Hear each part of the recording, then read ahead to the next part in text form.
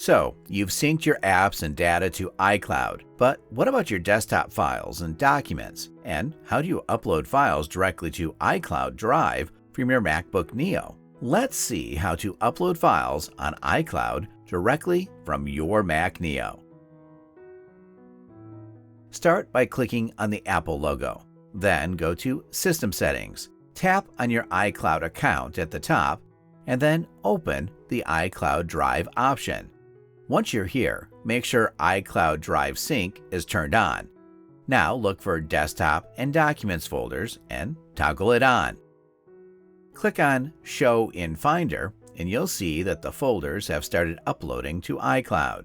Everything in your desktop and documents will now sync automatically, so any file you add there gets uploaded to iCloud Drive.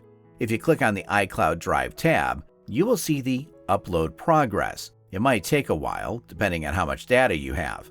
If you want to manage storage a bit smarter, you can also turn on Optimize Mac Storage. This is optional, but it helps by keeping smaller versions of files on your Mac, while the full files stay in iCloud. And that's it.